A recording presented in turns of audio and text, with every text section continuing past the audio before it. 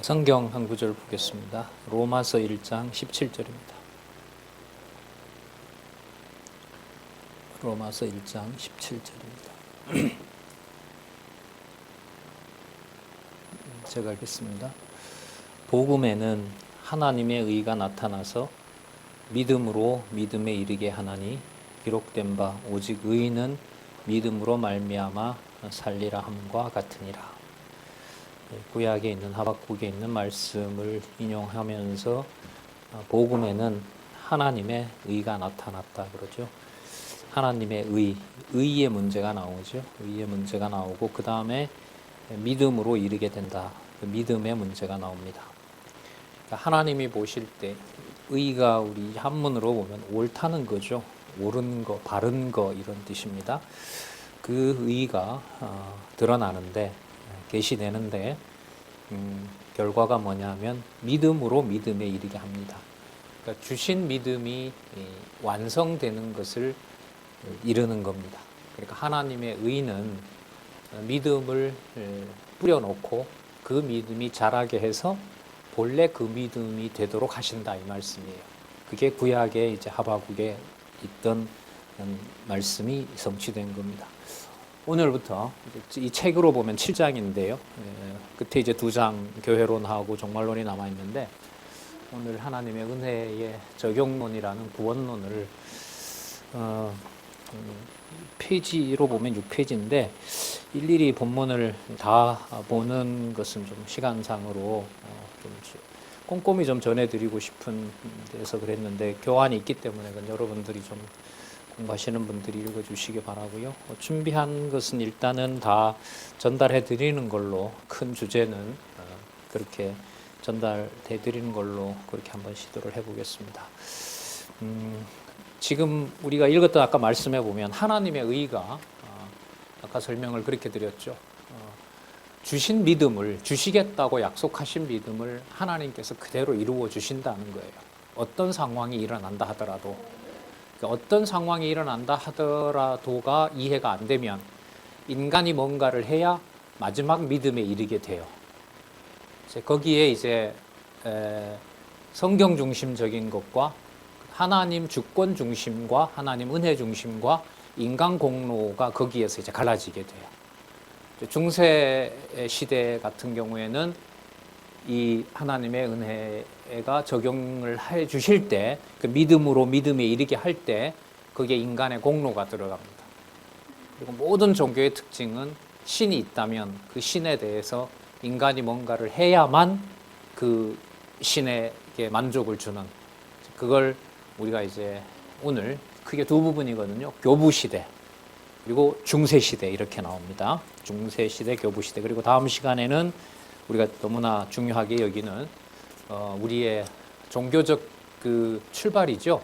프로테스탄트 개신교의 구원론은 다음 시간에 그렇게 하도록 하겠습니다. 그래서 11월 달에 좀 제가 바쁜 일이 좀 뭐 끝이 난 건 아닌데 좀 시간이 난 부분이 있어서 이 교환을 지난번에 어떤 집사님 얘기대로 미리 좀 올리려고 하는데 이번 주도 좀 그렇게 해서 오늘 새벽에 올려드렸는데 어쨌든 다 올리겠습니다.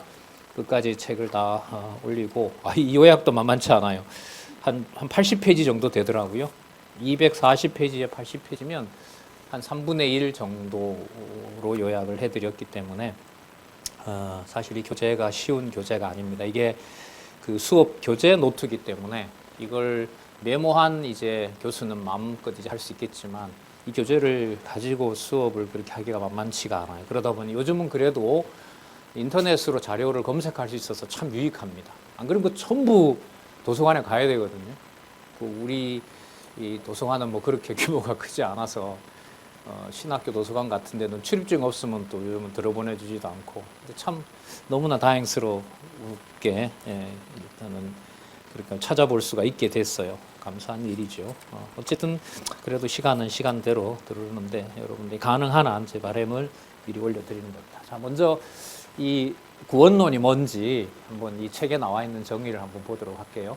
이 정의를 따라가는 거는 통상 구원론을 얘기할 때 이런 얘기들은 일반적으로 통용이 되는 거예요. 그걸 이제 뭐 근본에서부터 뒤집으려면 이제 새로운 이제 근거를 제시하고 해야 되는데 뭐 큰 이 볼코프라는 이 신학자가 그래도 개혁과 전통 속에 있기 때문에 좀 따라가도 큰 무리는 없는 것 같아요. 한번 볼게요. 속죄론이 앞부분에서 우리가 배운 거죠. 그리스도를 통한 객관적 구속사에게 관한 교리라면 주어가 그리스도가 되는 거죠. 그리스도가 객관적이다라는 말은 우리의 주관과 상관없다 이 말이에요. 그리스도가 하신 사역이 우리 의지와 상관없는 객관적 구속사역이라고 봐요. 이 저자는. 그런 면에서 이제 동의를 하죠. 구속사역에 대한 교리인데, 자, 문제는 그리스도께서 구속사역을 한 건데, 그게 나와 무슨 상관이 있냐는 거죠. 그죠? 나와 무슨 상관이 있는지를 다루는 게, 자, 여기 보세요. 신자들에게 신적 능력과 효능이 있어야 된단 말이에요. 자, 적용을 하시는데, 아까 여러분, 믿음으로 어디에 이르게 한다? 그렇죠. 그 과정이에요, 이게. 신자들이 그 유익을 얻는 방법, 이때 유익은 이제 보통 구속사라고 얘기를 하니까 자기 구원과 관련해서 얻는 방법. 자, 여기 또 보세요. 이 사람이 이제 그 전통 개혁파 속에 개혁파 신학이라고 그럽니다. 뭐 학계에서는 그렇게 부르자고 하는데 개혁파 신학, 좀 더 강하게 말하면 개혁파 정통주의. 그래서 이 어제도 뭐 저도 발표했습니다만은 이제 많은 교수님들이 박용기 목사의 성경 신학이라는 게 박용기 목사의 주장이 개혁파 정통주의에 속하는지는 이제 지켜보겠다. 그리고 부각시킨 것에 그 부담을 박용기 교수가 더 책임을 지려면, 박 박사가 책임을 지려면 자기가 충분히 개혁파 정통주의 내에 있다는 걸 밝히고 전개를 해라. 이런 충고를 전부가 해주시더라고요. 사실 그런 목적이었어요. 제가 여러분 교재를 선택해서 여러분들에게 좀 소개를 하는 게 이런 개념들을 성경을 바탕을 두고 전개를 했지만 뭐가 아쉬운지를 전달해드리고 그리고 성경신학에서 성경 권위로 돌아오는 과정, 거기에 이제 목적이 있었기 때문에 적절한 지적이라고 봐요. 자, 보겠습니다.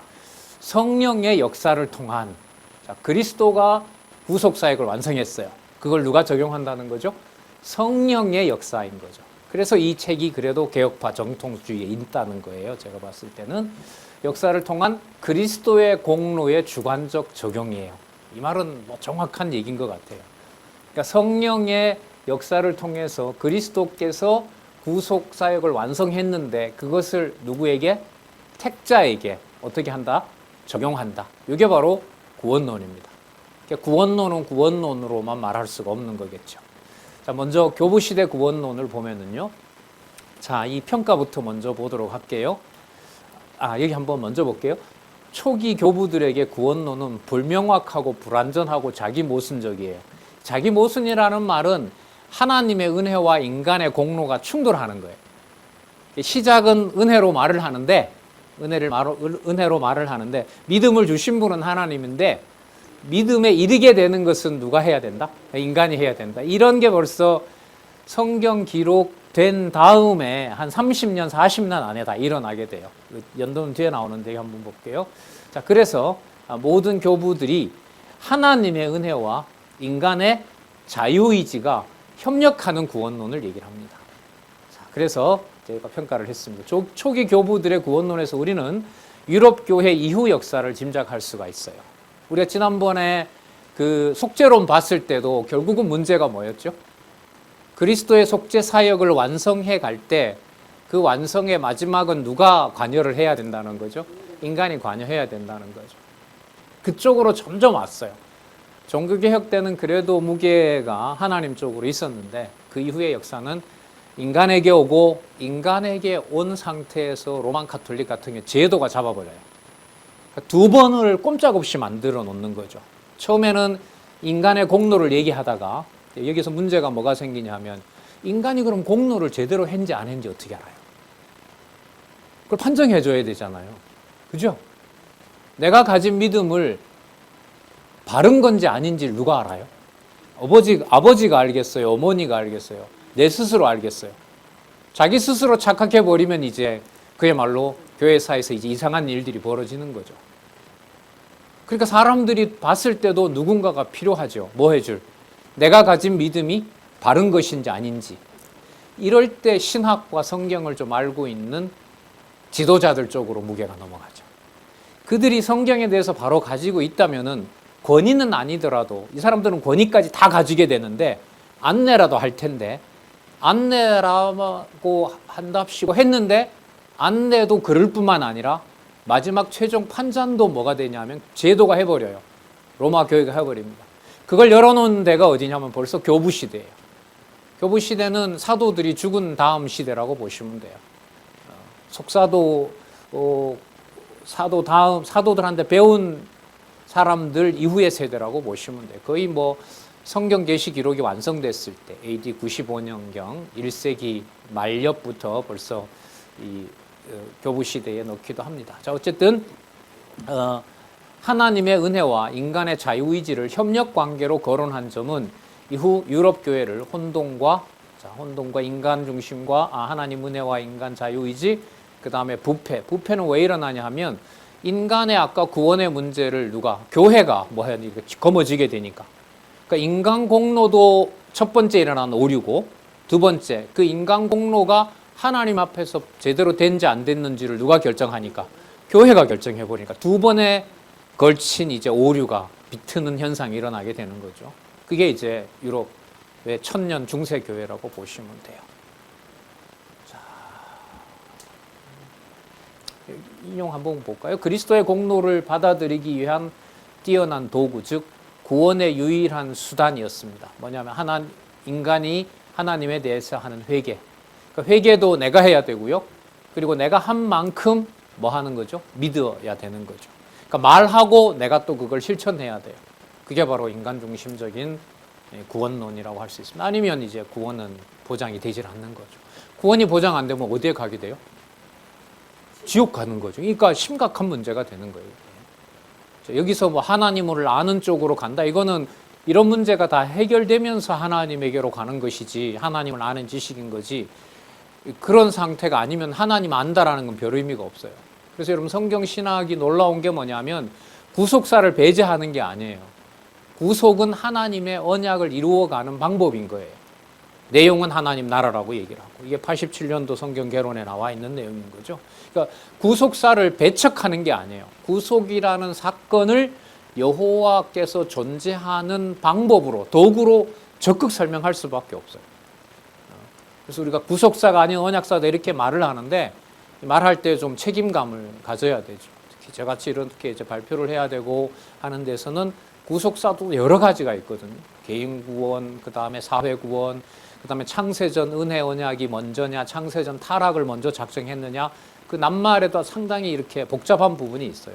뭐 결과적으로는 명확하지만은 그런 어떤 맥락에서 사용하고 있는지 알려줘야겠죠. 자, 그다음 볼까요? 자, 여기 보시면 이레나이우스와 오르게네스 나오죠. 시대들을 한번 보시면 130년경이니까 이 사람들이 속사도 한때 배운 사람들이에요. 그러니까 95년에 성경이 마치잖아요. 그 사람들한테 직접 사도 요한 같은 이제 사도들한테 배운 사람들이 있어요. 그 사람들한테 이제 이런 사람들이 배웠다고 보시면 되죠. 자, 사실 나름 중요한 인물들이에요. 오류도 물론 많습니다. 이레나이우스나 오리게네스 한 번쯤 이제 기억을 하시고요. 이 사람들은 동쪽에 있었어요. 예루살렘 쪽에. 여기 보면 알렉산드리아라든지 그 안디옥 있죠. 그리스도 이름이 처음 들렸던 거기를 중심으로 활동했고, 라틴 교부들은 로마에 살았던 사람들이에요. 카르타고라든지 이제 로마에 살았던 사람들인데, 이 라틴 교부들의 주장을 보면 이게 있죠. 인간의 전적 타락과 믿음으로 말미암는 칭의, 있잖아요. 칭의의 필요성을 라틴 교부들이 더 강조했어요. 이 라틴 교부의 전통을 누가 받아들이냐 하면 나중에 어거스틴이 받아들여요. 그렇지만 어거스틴은 나중에 끝에 가면, 구원론의 끝에 가면 그 사람이 가진 구원론의 행위, 구원을 위한 행위가 바른 건지 믿음에 의한 행위로 가고 있는지는 교회가 결정한다. 치명적인 명제를 만들어낼 수밖에 없죠. 성령께서, 성경의 권위가 진리의 말씀을 깨닫게 하고 안내함으로 지도자들은 성경을 하나님 말씀으로 정확하게 안내하는 것이다라는 말을 할 수가 없었던 거죠. 개혁 신학자들도 그 말을 못했고요. 그래서 막 말씀을 깨닫고 그 장로교회들이 집단적으로 전쟁을 일으키고 막 폭동을 일으키고 하는 그럴 때 구원 문제는 창세전 예정으로 해결됐기 때문에 어떤 행위라도 지옥 가지 않는다라는 게 잘못 받아들여짐으로 해서 이제 자기네들 기준 따라 천국과 지옥을 막 정하면서 할 짓을 다 하니까 거기에 이제 유럽 교회들이 경악하는 거죠. 그래서 종교 전쟁도 이제 그렇게 일어나는 원인 중에 하나가 되는 거고요. 그래서 장로교 이러면 유럽에서는 좋아하지 않습니다. 그런 신의 그러니까 카톨릭과 똑같은 경우가 된 거죠. 카톨릭에서 교권의 말을 안 들으면 화형을 시켰던 것이나 개신교에서 구원을 교회가 마음대로 결정을 하고 화형을 시킨 것이나 똑같은 범죄인 거죠. 제3자가 봤을 때는.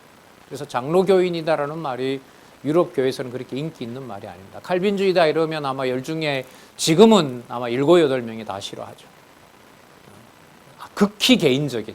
그리고 남을 정죄할 때는 아주 잔혹하게 정죄해버리는 그런 것으로 그 칼빈주의를 보고 있습니다. 사실 그런 건 아닌데요. 좋은 면만 어쨌든 드러나게 되죠. 자, 여기 보시면요. 여기 보게 자신을 완전히 버리는 자포자기하는 태도 정도로 봅니다. 뭐를? 믿음이라는 거. 그 믿음도 자기가 얼마나 하나님한테 그 믿음을 받기 위해서 회개를 자기가 얼만큼 하느냐에 따라서 결국 구원이 보장되도록 그렇게 얘기를 하고 있습니다.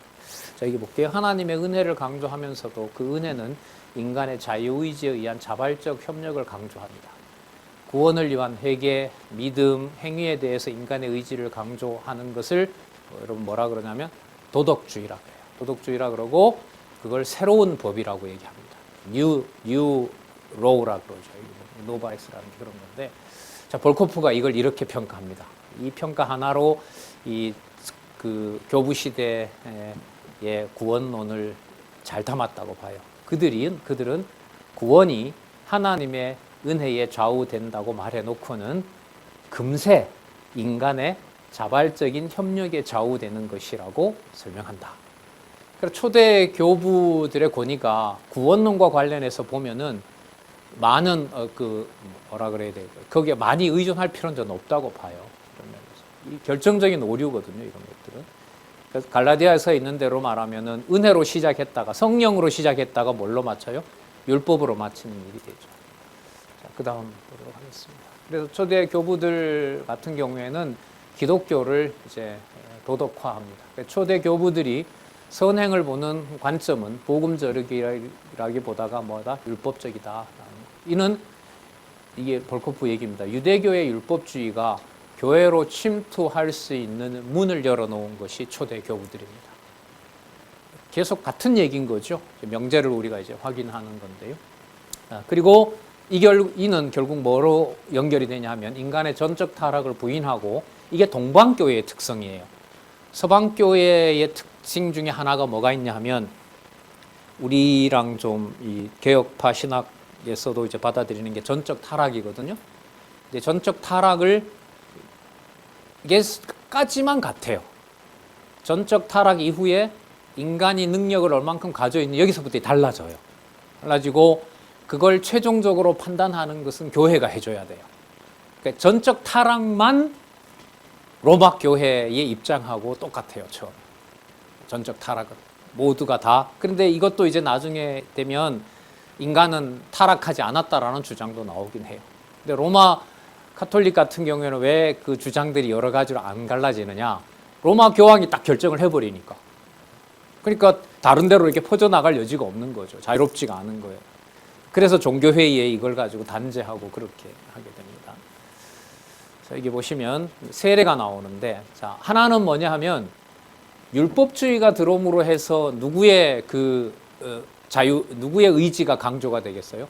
인간의 자유의지가 강조되죠. 근데 아까 문제가 뭐가 있다 그랬냐면 인간이 자기 의지를 가지고 구원에 다가간 여지는 누가 알아요? 아무도 모르죠, 인간들이.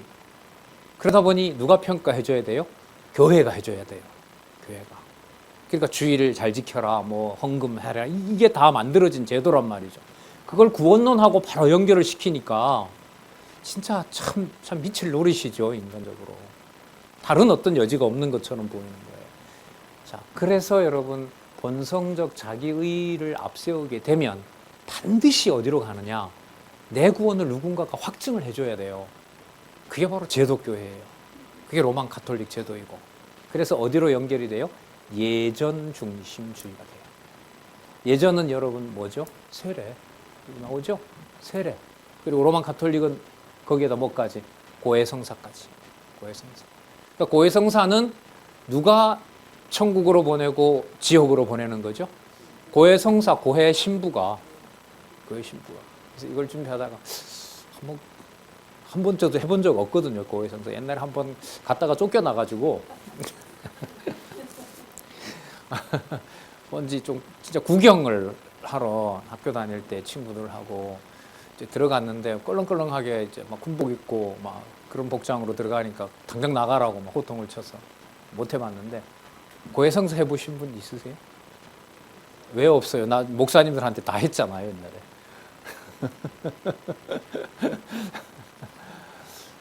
붕괴 할 때 이거 하잖아요 이거. 고해성사 하잖아요.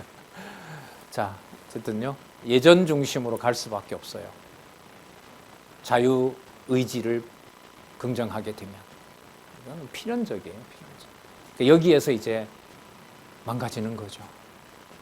자기의 모든, 그러니까 이게 자유의지를 가지고 있는데 그 자유의지를 관리해 줄 자가 필요합니다. 이게 여러분 종교예요. 종교. 내가 천국 가는지 확인을 못하기 때문에. 근데 이제 이 로만 가톨릭은 좀 여기서 달라지는데 세례는 입교 전의 죄를, 왜 이게 두 가지냐? 세례는 신자 되기 전에 죄를 사함 받으려면은 세례를 받아야 돼요. 주교가 세례를 해줘야 돼요. 그 다음에 세례 받고 난 다음에도 범죄해야 안 해요? 하죠. 예. 그때는 뭘 해야 돼요? 그렇죠. 고해성사를 해야 돼요. 완벽한 제도죠. 그러니까 이래든 저래든 뭐 안에 안 들어오면 안 돼요. 그렇죠. 교회 안에 들어오질 않으면 구원을 받지 못해요. 이게 여러분 가톨릭만 그럴까요? 개신교도 이렇게 흘러올까요? 개신교도 그렇게 가죠. 부흥회라는 게 이걸 악용한 거 아니에요? 쉽게 말하면. 자, 여기서 말하는 세례는 성령 세례가 물론 아닙니다. 성령 세례는 누가 주시는 거니까? 성령께서 해주시는 거기 때문에. 자, 또한 세례 이후 죄를 다시 용서받아야 한다면은, 자, 앞부분에 우리가 살펴봤던 그리스도의 속죄 사역은 뭐가 돼요? 효력이 있어요, 없어요? 이게 치명적이죠. 다시 해야 되면 그리스도가 다시 죽어야 돼. 이게 성경에 나오잖아요, 갈라디아서에. 그리스도가 그럼 또 죽어야 되느냐? 자, 이렇게 나옵니다. 바로 가서 볼게요. 이로써 예수 외에는 다른 이로서는 구원을 얻을 수 없나니 천하 인간의 구원을 얻을 만한 다른 이름은 우리에게 주신 일이 없음이니라. 사도행전 4장 12절 말씀이 아무런 소용이 없어지게 됩니다. 자, 또 보겠습니다. 인간의 자유의지를 가장 그야말로 강하게 이제 밀어붙이는 사람이 360년경에 태어났다고 하는 이 바로 펠라기우스입니다. 자유의지론자. 자, 앞에 교부들의 전통 중에서 인간 자유의지를 받아들이고 이미 여러분 교부들은 앞선 교부들이 뭘 만들어 놨다고요? 교회 내에 들어와야 뭐가 있다? 구원이 있다. 여기에서 벗어나지 못한 거예요. 결국 개신교도 여기로 돌아가요. 자, 펠라기우스 볼까요? 수도사였고 이 사람이 인기가 있었던 게 금욕적 생활과 도덕적 자기관리가 너무너무 엄격했어요. 예수님 보는 것 같았어요. 쉽게 말하면. 그리고 가르치는 내용은 뭐냐면 자유의지예요. 신이 준 은총도 내가 거부할 수 있어. 거부하느냐 받아들이느냐에 따라서 내가 좌우할 수 있어요. 이게 펠라기우스주의라고 얘기를 합니다. 자, 보시면은 하나님이 주신 내적 은혜란 본성적으로 선으로 주어진 자유의지예요. 하나님이 준 것은 뭐냐 하면 은총이 자유의지를 준 게 첫 번째 은총이에요. 그럼 그 은총을 받았으니, 자유의지를 받았으니 내가 뭘 해야 돼요? 그 은혜로 노력을 해야 돼요. 이게 여러분 펠라기우스예요. 진짜 삶으로 보면 자기관리가 너무너무 엄격했어요. 그러다 보니 이제 설득력이 있는 거죠. 자, 그래서 펠라기우스에 의하면 은혜는 인간의 의지 전체를 변화시키지 않아요. 머릿속에 자유의지만 집어넣어준 거예요, 하나님이. 그리고 그 자유의지를 지금부터 뭐 해야 되냐면 실천해야 돼요. 은혜의 작용을 거부하는 것도 얼마든지 가능하다. 그러니까 불가항력적 은총이 아니에요. 뭐 할 수 있는 은총이에요? 가항력한 은총이에요. 내가 한 거 할 수 있는 은총이 돼요. 여러분 이게 360년 5세기잖아요. 이게 1000년 후에 지나서 누가 똑같이 해요? 아르미니우스가 또 하잖아요. 그게 알미니안주의예요. 그러니까 그 알미니안주의에 대해서 5가지 칼빈주의 교리가 맞서게 되죠.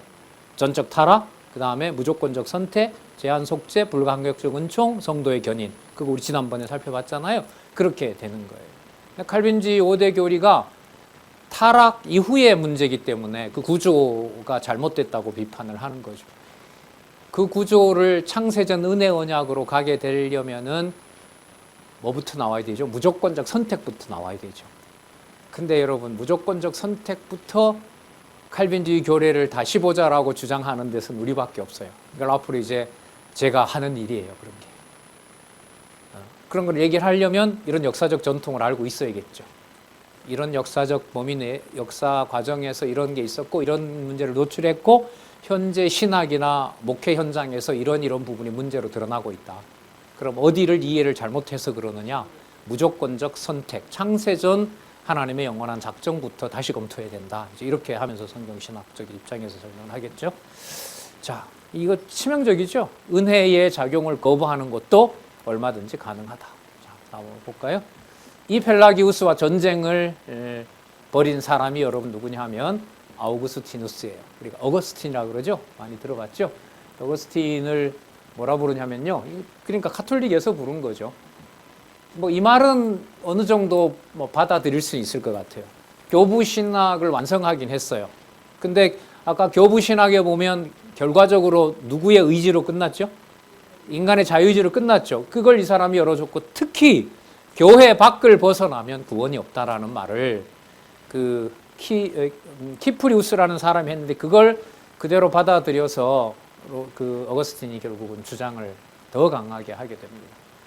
자, 서방교회, 로마교회의 아버지가 여러분 이게 파파거든요. 이게 교황이에요. 이 말은 로마교회에서 만들어낸 걸로 알 수가 있겠죠. 서방교회의 아버지라는 칭호를.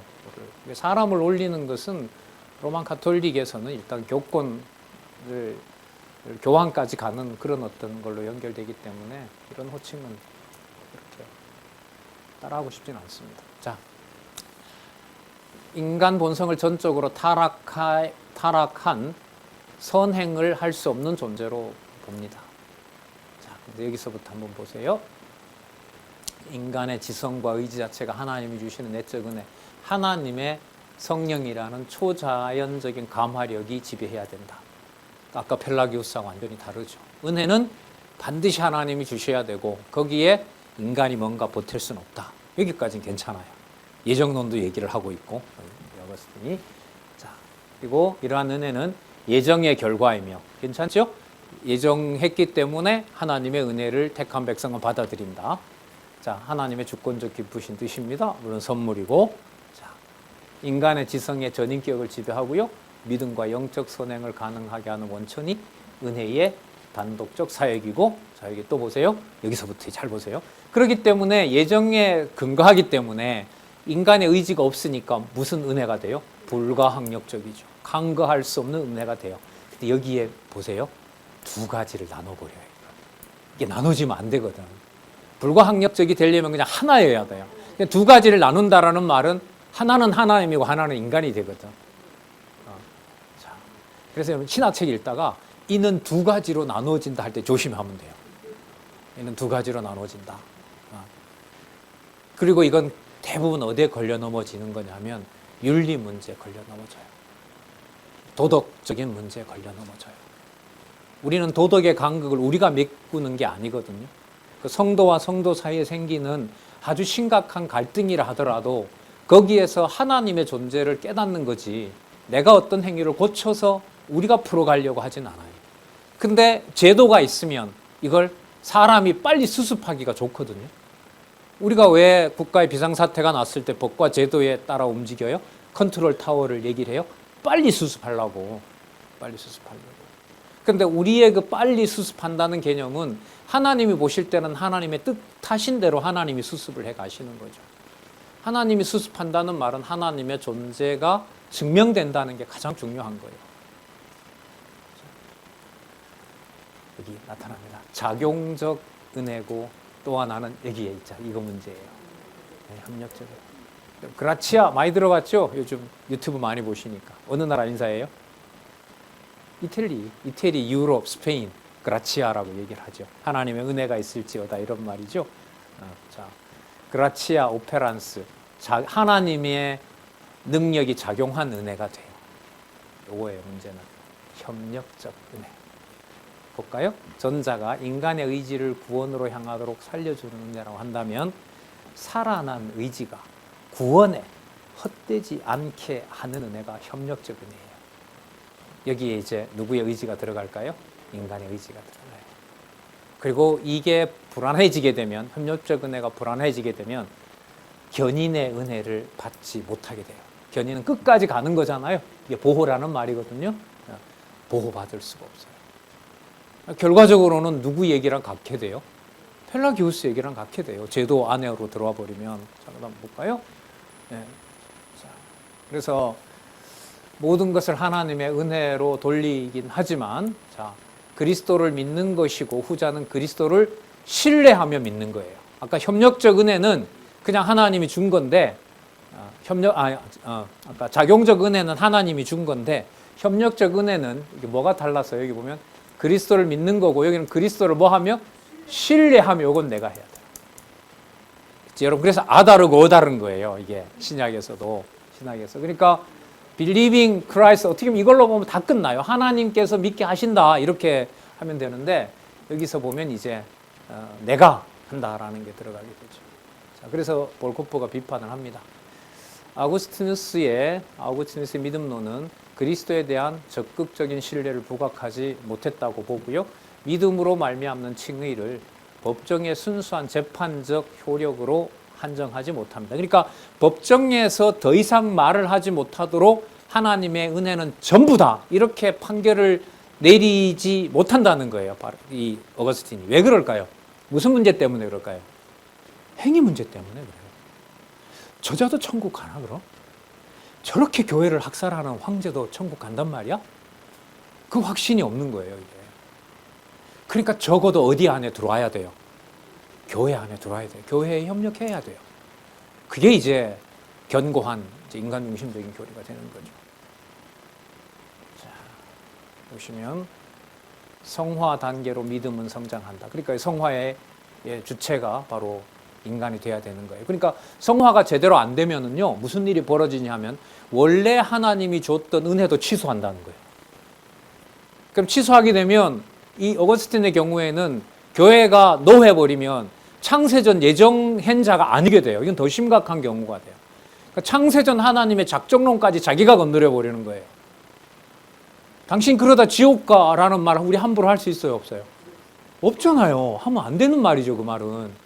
내가 누가 되는 거니까? 하나님 되는 거니까. 그 어디 사역을 건드려 버려요? 창세전 하나님의 사역을 건드는 게 바로 교회가 구원을 예스하고 노한다는 권위가 있는 거예요. 그러다 보니 구원론이 이제 뭐 순서로 보면 이제 속죄론 다음에 나오지만 문제로 보면 가장 심각한 문제가 바로 이 구원론 문제가 돼요. 구속사에서는 천국 가냐 지옥 가냐 이게 문제이기 때문에, 그것도 사람의 행위를 통해서. 자, 여기 한번 보시면은 성화를 하나님의 은혜와 인간의 자유의지가 협력 과정으로 본다는 이른바 중도를 취하는 자들도 있긴 했는데, 결국은 어디로 갈까요? 여러분, 은혜를 받느냐 받지 않느냐에서 중도적 입장이 있을까요, 없을까요? 예. 하나님께서 받게 하든가 받지 못하게 하든가 이거밖에 없잖아요. 그래서 내가 펠라기우스도 아니고 어거스틴도 아닌 나는 중도 입장을 가겠다. 근데 그게 말이 그렇지 어떤 입장인지 가질 않아요, 그건.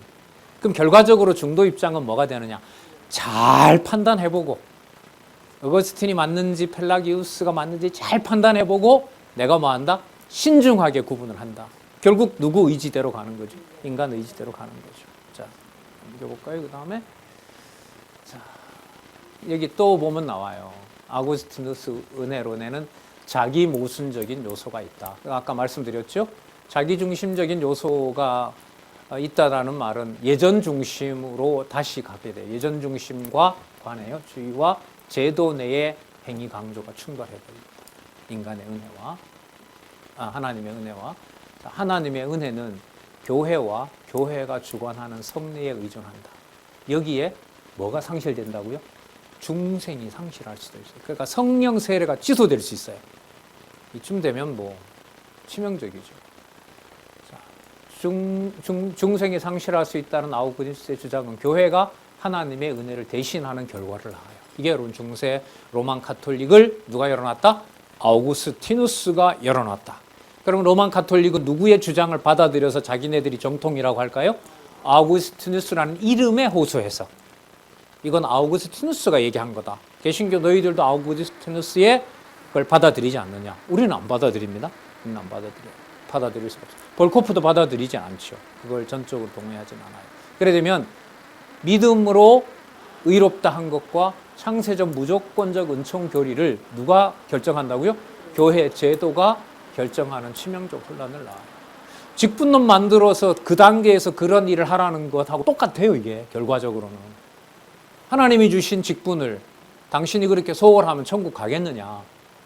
어거스틴도 얘기했다시피 이러면 어쩔 건데. 신학 공부를 좀 하고. 제 얘기가 아닙니다. 어거스틴 잘 아시죠. 어거스틴에 의하면 제도 내에 정한 자기 직분을 똑바로 하지 않으면 창세적 교리도 무너진다고 어거스틴이 말했습니다. 그럼 뭐라 그럴 건데? 이게 여러분 교리예요, 이런 게. 이거 우리 용납해서는 안 되죠, 절대로. 용납하고 싶지도 않고. 타락하게 되면 이제 이런 부분을 가르치지 않게 되고 중요하게 여기질 않는 거죠. 정말로 아우구스티누스의 구원론은 성령으로 시작했다가 율법으로 끝나는 것을 우리는 여기서 알 수 있습니다. 이게 여러분 이게 5세기니까요. 4세기 말 정도 되니까 앞으로 16세기까지 1000년 동안의 구원론을 어거스틴의 주장이 스폰서해줘요. 뒷받침해주게 되는 거죠. 그걸 이제 개혁파 신학은 그야말로 깨게 되고죠. 부수고 이제 나오게 되는데 다시 개혁파 교도로 돌아갑니다. 자, 여기 나오죠. 이 말이 이 키프리아누스라는 사람인데 이건 어거스틴 앞에 있었던 사람이에요. 이 사람이 뭐라 그랬냐 한번 보세요. 교회 아니면 그 누구에게도 구원은 있을 수 없다. 이 말은 좀 눈도장 확 찍어주시기 바랍니다. 키프리아누스. 교회 아니면 그 누구에게도 구원은 있을 수 없다. 여러분 이건 어거스틴, 로마 카톨릭, 어디도요? 프로테스탄트도 그래요. 여러분 집에서 아버지가 세례를 우리 그런 약식도 사실 잘 안 하지만은 집에서 가정교회에서 여러분 세례 주는 거 많이들 여러분 보셨어요? 한 번도 못 보셨어요? 못 봤죠? 키프리아누스 주장 때문에 그렇고 어거스틴의 주장 때문에 그렇고 개신교회가 이걸 받아들였기 때문에 그래요. 구원론에 있어서 치명적인 겁니다. 칼빈이나 루터도 이거 부정했어요. 개혁파 교회도. 근데 우리는 세례 자체를 의식으로서 중요하게 사실 여기진 않죠. 성령 세례로 세례를 뭐 베풀 수도 있지만 우리 개혁 초기에는 손자들, 손녀들이 태어나면 우리 원로 목사님한테 부탁도 했는데 요즘은 하나도 안 해요. 안 하죠? 뭐가 중요한 줄 아니까. 창세전 하나님의 존재와 하나님이 살아계신 것이 믿어지니까 그 아이에 대해서 맨날 할머니가 품에 안고 축복할 수 있죠. 축복이라는 게 하나님 자녀로 길러달라고 소원 당연히 하죠. 제 고향에 부모님도 아버님도 손자들 성경 공부하게 해달라고 맨날 기도하신다는데 얼마든지 그건 가능한 거죠. 하나님께서 키워주시기를 원하는 거죠. 여기 보시면 그래서 이 아우구스티누스는 치명적이게 됩니다. 자, 이후 구원론은 심하게 왜곡됩니다. 왜요? 제도로 더 들어가 버렸으니까. 자유의지 허용한 것도 문제인데 오히려 이건 어거스틴이 조심해요. 그런데 그 하나님 주신 은혜를 어디가? 교회 밖을, 이때 교회는 뭐예요? 제도권 밖, 제도로서 교회를 말하는 거죠. 그걸 벗어나게 되면 안 된다라고 구원은 얘기를 해버리는 거예요. 큰일 나는 거예요. 큰일이 났어요, 진짜. 믿음은 교회가 정한 교리를 따르는 것이며 영생과 천국의 확증은 인간의 공적이 결정해요. 무조건 그러니까 어디에 나와야 돼요? 교회에 와야 돼요. 그리고 범죄에 대해서는 고해성사해야 되고요. 그 자연스러운 거예요. 그러니까 고해성사를 한 것의 결과는 여러분 주교가 가만히 있습니까? 뭘 하라고 얘기를 합니까? 뭘 하라고 하죠? 예, 거기 이 타락해서 나중에 이걸 종교개혁 시대 면죄부 사는 거죠. 너희 집 가족은 100만 원짜리 안 사면 못 가. 가족들 전부 선조들이 다 연옥에 있어. 그래서 이제 동전의 소리에 따라서 어느 곳에 가느냐가 결정되는 게 루터 시대의 로만 카톨릭이라고 보시면 되죠. 그 면죄부를 팔아서 이제 그 베드로 성당인가 그걸 짓는다고. 자, 여기 보시면은 교회가 세례를 베풀지 않으면 영원히 교회 밖에 머뭅니다. 천국에 가는 가능성 자체가 사라지고요. 이거는 동방교회보다 서방의 로만 카톨릭이 은총론을 더 참담하게 훼손합니다. 그리고 서방교회에서는 교회의 세례가 없는 구원은 절대로 불가능하다. 이러한 비성경적 교리를 제공한 사람이 또한 틀렸네요. 아우구스티누스라고 할 수 있습니다. 그 다음 볼까요? 자, 이 스콜라 시대는 이러한 전통들이 그대로 와서 두 번 왜곡이 된다 그랬죠. 하나님이 주신 은총 무조건 강조합니다. 무조건 강조해요. 이게 없으면 안 되니까, 강조할 거리가 없으니까. 두 번째, 그걸 누구의 의지가 작동해줘야 돼요? 인간의 자유의지가 작동해줘야 돼요. 작동을 했는데 그게 제대로 하나님 앞에서 믿음의 행위로 되는지 안 되는지는 누가 결정해줘요? 교회가. 이게 여러분. 근데 이게 결국 카톨릭이다, 개신교다 차이가 없어져 버리죠. 여러분, 이걸 구속사 중심, 인간 구원 중심이라고 해요. 살아계신 하나님이 믿어지면 하나님이 때로는 버린 것처럼 쳐도 하나님 자녀인 것이 믿어지는 이런 방향으로 안내를 해야 되는데, 어떤 도덕적 결함이나 뭔가 불행한 일이 벌어졌을 때 너 때문이다 라고 지목을 하게 되면 바로 인간의 의지 쪽으로 넘어오게 돼요. 저렇게 하는데 천국 가겠느냐라는 말이 통하게 되는 거죠. 그럼 여러분, 말만 이럴 것이 아니라 여러분, 이게 교리사 신학반의 목적이라는 게 신학 이론 알려는 게 아니잖아요. 그런지 아닌지를 어디에 가서 확인해야 돼요? 성경으로 다시 돌아가야 되는 거예요.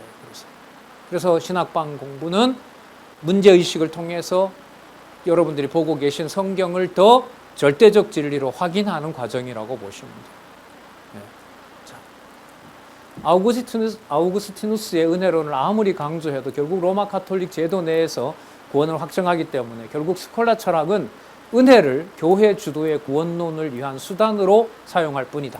이러한 태도와 행태는 현재 개신교 교회들도 대부분 법과 제도를 만들어 놓고 그것을 실행하고 있는 겁니다. 인간의 모든 공덕은 교회에 돌려야 하며 그 공덕의 최종 심판자는 하나님의 거룩한 이름을 사용한 라틴어 파파, 포프, 이게 누구 명칭이죠? 교황. 이게 받아들일 수가 없어요. 교황청에 와서 성경 강론하라고 하면 그럼 가야 될까요? 말아야 될까요? 가야죠. 그럼 가야죠. 이 교리를 사인하라고 하면 못 가도 성경이 하나님의 말씀인 줄 확인하러 가기 위해서는 가야죠. 확인하러 한다면. 자, 다 그런 얘기들이에요. 페트루스, 롬바르두스 전부 다 이제 중세 신학자들이고, 엘세, 알렉산더도 그렇고, 우리 중세 이러면은 여러분 누구 들죠? 아퀴나스 들죠. 이 아퀴나스는 예정론까지 얘기를 하지만 결국은 여기 보세요. 이 사람은 초자연적 은총, 이거는 여러분 창세전 은혜, 이거 인정하죠? 얘기해요. 이거 무조건 강조해야 돼요. 강조할 바탕을 마련해야 되니까. 자, 그러니까 여기서 끝나야 되는 건데, 그 다음에 이어지는 거 보세요. 타인의 유익을 이해하도록 한 은혜. 자, 그런데 전자를 다시 양분해요. 하나님이 주신 은혜 이 자체를 일단 양분합니다. 어떻게 양분하냐면, 충족적 은혜인 선행적, 작용적 은혜, 이건 하나님이 준 거라는 거예요. 그런데 요거예요. 유효적 은혜가 되려면 인간의 자유의지가 들어가야 돼요. 그러니까 그게 세 가지죠. 하나님이 준 거, 하나님이 준 것에 대해서 내가 뭐 해야 돼요? 내가 회개를 해야 돼요. 내가 그걸 받아들이는지 내가 마음을 열어야 돼요. 그것 가지고 안 돼요. 그것 가지고 안 돼요. 여기서 여러분 가톨릭 교리가 나옵니다. 그건 안 되고요. 세 번째, 누구의 유익을 위해야 돼요? 타인의 유익을 위해야 돼요. 그래서 여러분 로마 카톨릭이라는 거 있잖아요. 캐톨릭. 그게 카톨릭이잖아요. 카톨릭의 뜻이 뭐냐면 보편적인 거예요. 누구에게나 다 적용이 되는 이런 말이에요. 왜요? 아퀴나스가 뭐라고 했기 때문에 타인의 타인의 유익을 위할 때까지 가야 돼요. 그럼 여러분 이게 좋은 의미에서는 많은 사람들을 구원한다는 의미가 되지만 교황 체제로 들어오게 되면 교황이 모든 곳을 유니버설하게 우주를 다 다스리는 빌미가 되는 게 바로 뭐냐면 타인이에요. 우리나라에 있는 대한민국 사람만 타인일까요? 아프리카까지 전 세계가 타인일까요? 이거는 제가 봤을 때 뭘 위한 거냐? 로마 교황의 지배권을 넓히는 말이에요. 세계 지배권에 대한 그 이론적 근거를 아퀴나스가 마련해놨어요. 타인은 세계에 존재하는 모든 사람이니까요. 그러니까 여러분 이게 결국은 또 누구에게로 가요? 누구에게로? 이걸 교회 제도 내에서 하는 거니까 아우구스티누스, 어거스틴에게 이 이론적 근거가 있는 거예요. 자, 그 다음 또 볼까요? 이런 얘기들이에요. 사실 전부 다 내용들은 좀 여러분들이 자 당연하죠. 교회의 권위에 대해 무조건적 복종해야죠. 여러분 이게 여러분 카톨릭 얘기예요. 우리가 많이 들어요. 개신교에서도 많이 듣는 얘기죠. 그래서 여러분 이 교리사 같은 것을 우리가 한번쯤은 살펴봐야 돼요. 아 이게 이렇게 흘러왔구나. 이게 성경을 공부하지 않고 무식돼. 그러면 여러분 이런 제도권에서 교회의 권위에 무조건 복종하려면 성경을 많이 가르쳐야 되겠어요? 안 가르치면 좋겠어요?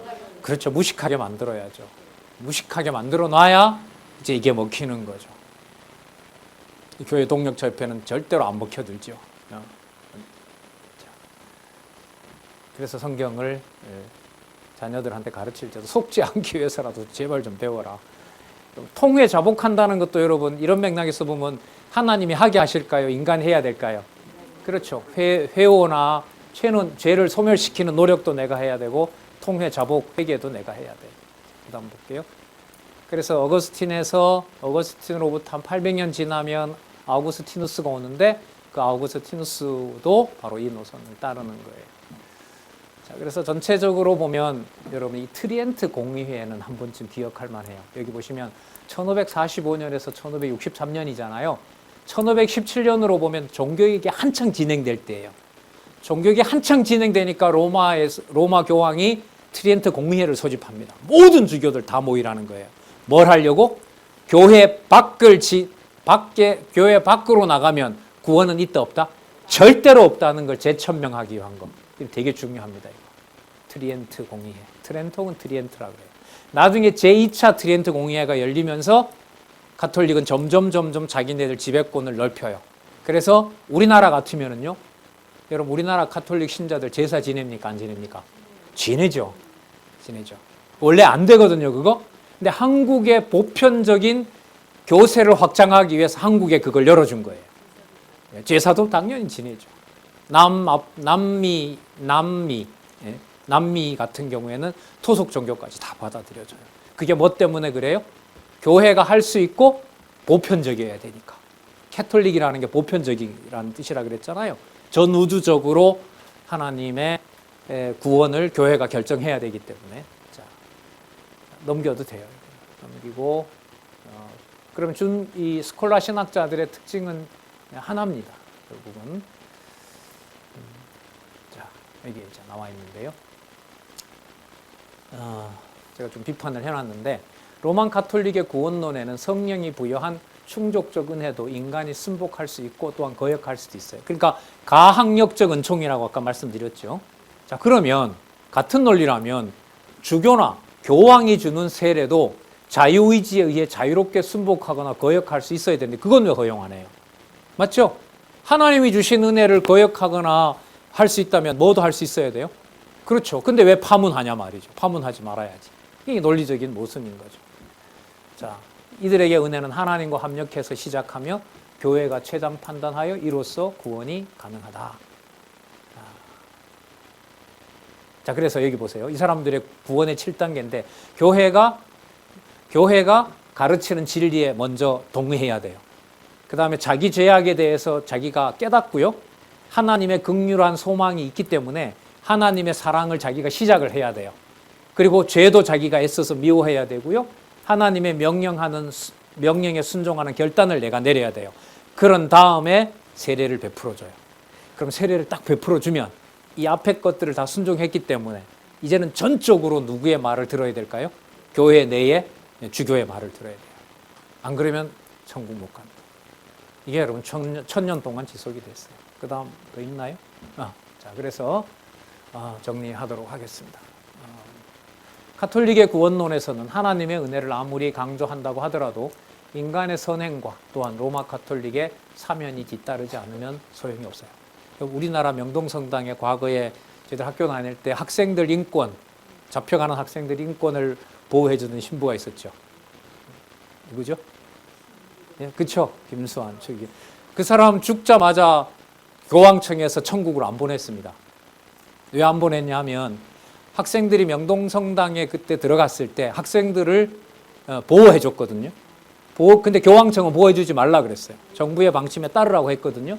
근데 김수환 추기경이 학생들을 보호해야 된다고 해서 보호했습니다. 그로부터 한 15년인가 20년 지나서 천국 보냈어요. 하도 이제 한국에 여러분 그 가톨릭은 약간 좀 특이한 면이 있어요. 교황청 권위에 순복하지 않은 면이 있습니다. 정치적인 어떤 그 민주화 운동하는 그런 계열에 있는 분들이 신학교를 간 사람들은 가톨릭 신학을 간 사람들은 그런 분들도 없잖아 있어요. 그러니까 진짜 인위적인 거죠. 근데 그게 먹혀요. 지금 여러분 교황이 허락해서 만들어 놓은 성자가 제가 이번에 신문 쓰면서 5,708명이에요. 네, 5,700. 할로윈 데이는 뭔지 아세요? 할로윈 데이가 12월 31일인데 11월 1일이 모든 성자 5,708명을 기념하는 날이에요.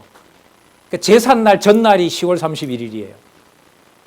그걸 할로윈의 그 민속 풍습하고 섞어버렸어요. 그래서 그날을 축제일로 만들어서 모든 성자들을 기념하는 11월 1일 전날에 제사 준비하는 날이에요. 자, 인간의 칭의는 인간의 도덕적 범죄로도 얼마든지 사라집니다. 그러니까 행위 하나 잘못하면 어떻게 되느냐? 지옥 갑니다. 자, 그렇기 때문에 항상 스스로 죄를 소멸하고 회개하고 자복하고 주교에게 고해성사를 한 후 사면 선언을 받고 반드시 뭐 해야 돼요? 보속 행위를 해야 돼요. 뭐 주기도문 몇 번 외워라, 어디 가서 뭐 해라 꼭 그게 따라야 돼요. 그러니까 이게 왜 이건 하게 하느냐? 교세를 확장해야 되니까. 전 타인을 위해서 뭔가를 해야 되는 거기 때문에. 그러니까 여러분 도덕이라는 게 얼마나 사람을 속이겠어요. 특히 로만 가톨릭의 구원론에서 범죄에 대한 죄책감과 영원한 형벌은 로마 가톨릭이 사면해도 되지만 교회 제도 내에서 사면해도 이것도 문제죠. 이거 받아들이는 거 아닙니다. 또 문제지만 현세에 짓는 죄는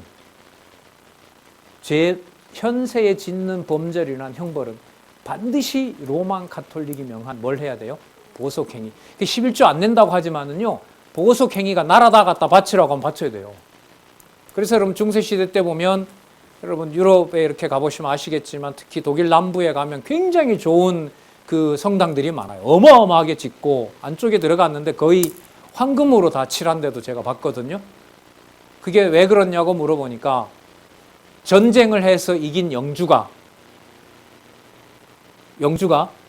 그 재산을 거의 다 털어서 기념 가톨릭 교회를 지은 거죠. 건물을 카테드랄을 지은 거예요. 성당을 지은 거예요. 그런 건물이 전부예요, 유럽에. 그게 지금 막 넘어가고 있잖아요. 돈 있으면 빨리 글쎄 사도도 이제 안 갈 것 같아요. 한국 사람들이 대부분 가가지고 안 본 것 같아요. 시간이 좀 지났네요. 빨리 읽고 마치도록 하겠습니다. 현세에 짓는 범죄로 인한 형벌은 반드시 로만 가톨릭이 명한 보속 행위에 의해서만 소멸이 됩니다. 이거 굉장히 중요한 거죠. 얼마를 내라고 할지 몰라요. 로만 가톨릭의 구원론은 인간의 자유의지가 결정하는 것도 문제지만, 자, 이게 첫 번째 오류. 하나님의 은혜를 인위적 제도의 교회가 마음대로 좌지우지한다는데 비성경적인 심각함이 있습니다. 아까 여러분 성인 얘기했지만 성인들이 어떤 역할을 하기 때문에 중요하냐면요, 성인들이 했던 공적을 내가 돈을 주고 사올 수 있어요. 아까 5,700 몇 명이 필요해요. 왜냐하면 내가 보속행위를 할 때 그 어떤 성인을 집에다 모셔요. 그럼 그 성인이 했던 걸 내가 돈을 주고 사면 돼요. 그러면 내가 어디 갈 수 있어요? 천국 가요. 그래요. 좀 시간이 지나서 죄송한데 다음에는 그러면 개혁교회는 어떻게 이 구원론을 정리하느냐, 그리고 어떻게 결국은 은혜가 또 약화되느냐, 무엇 때문에? 결국은 성경 진리가 약화되는 거죠. 예, 기도하겠습니다. 하나님 아버지 감사합니다. 심령의 평안을, 여러 정보를 들을 때마다 진리의 말씀에 토대를 놓게 해주셔서 마음의 평정이 잃지 않고 하나님에 대한 확신을, 하나님께서 해나가시는 일에 대한 놀라움을 또 생각할 수 있게 해주셔서 감사드립니다. 저희들에게 하나님께서 무한한 은총으로 허락하신 진리의 말씀, 우리뿐만 아니라 또 이웃들에게, 또한 다음 세대에게 친절하게 안내하는 지혜와 명철을 허락해 주시옵소서. 예수님의 이름으로 기도드렸습니다. 아멘.